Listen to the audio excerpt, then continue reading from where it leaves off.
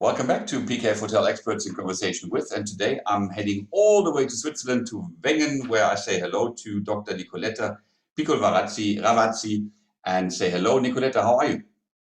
Hello, Nils. I'm very well. Thank you for having me here today. No, thank you so much for spending some time with us. We've got some interesting topics to discuss all around sustainability. You are the chairman of Applied Sustainability GmbH, which is the company term in German-speaking countries.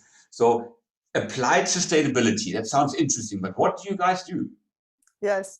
Well, first of all, we are a very young company. It's actually only a month old, this company, but it's founded on 30 plus years of experience in corporates and also about on 10 years experience on sustainability, specifically climate change and also circular economy.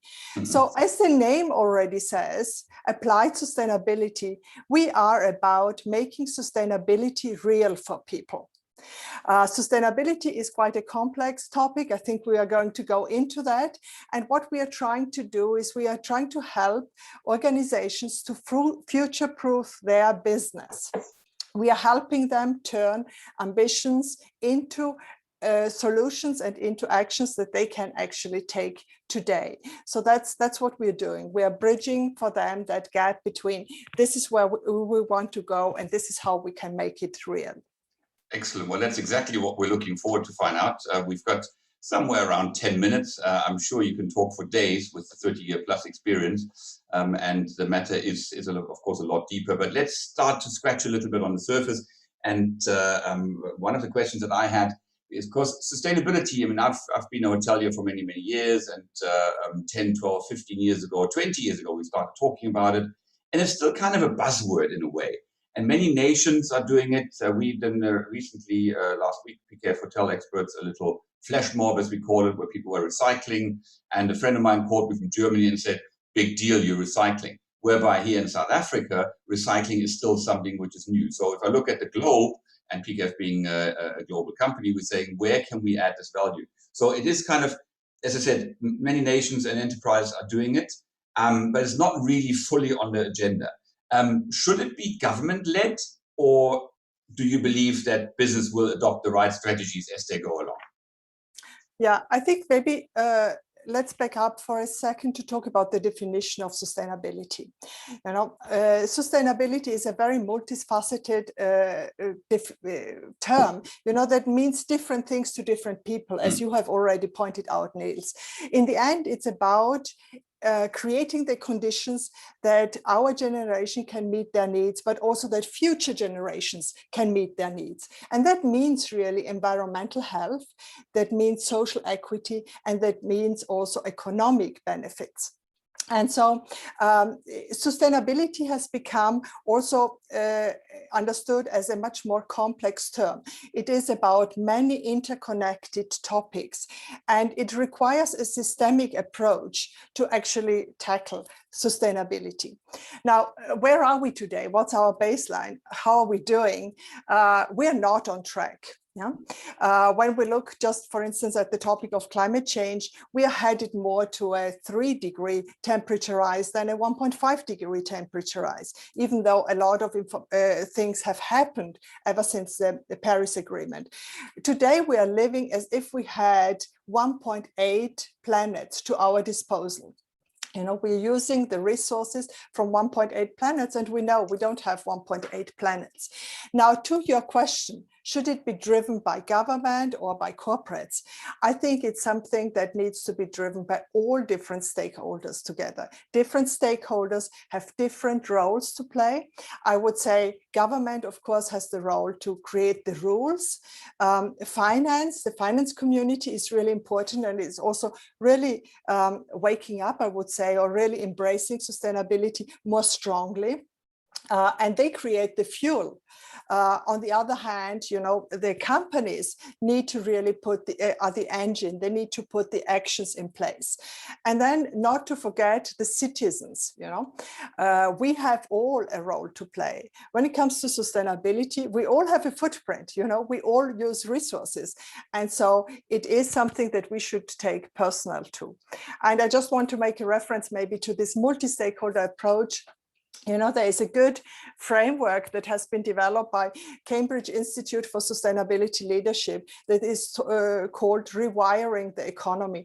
And that actually looks at how these different stakeholders need to work together to enable a more sustainable economy.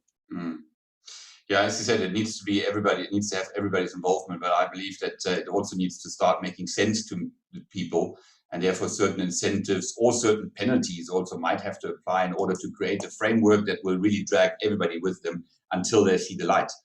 Because again, Absolutely. as I said, it reminded me when my friend called me and said, yeah, big deal, but here we have to have it. I mean, I see bins overflowing, and that's just like, as you said, one little aspect. And we've got lots of sun in South Africa, and yet I think it's not even 1% that the energy is gained from solar energy.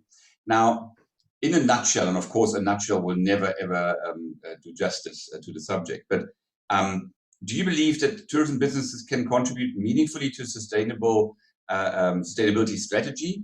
And where does one start? I mean, after all, it's more than recycling and taking a bus rather than a car.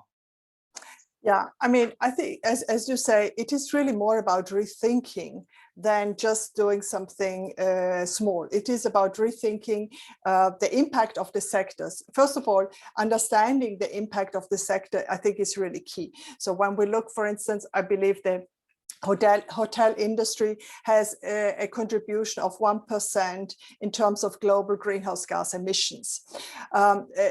Another thing that we need to consider is that the tourism industry is very much exposed already to some of the direct impacts of climate change. You know, a lot of the touristic locations are in zones that are maybe prone to flooding. So this is an industry that will need to mitigate these impacts of climate change. So it starts all with the mindset. It needs to be a rethinking mindset, and it needs to be a mindset of understanding the impact of the industry, and then reimagining how the growth of this industry can happen within the planetary boundaries or while reducing CO2 emissions.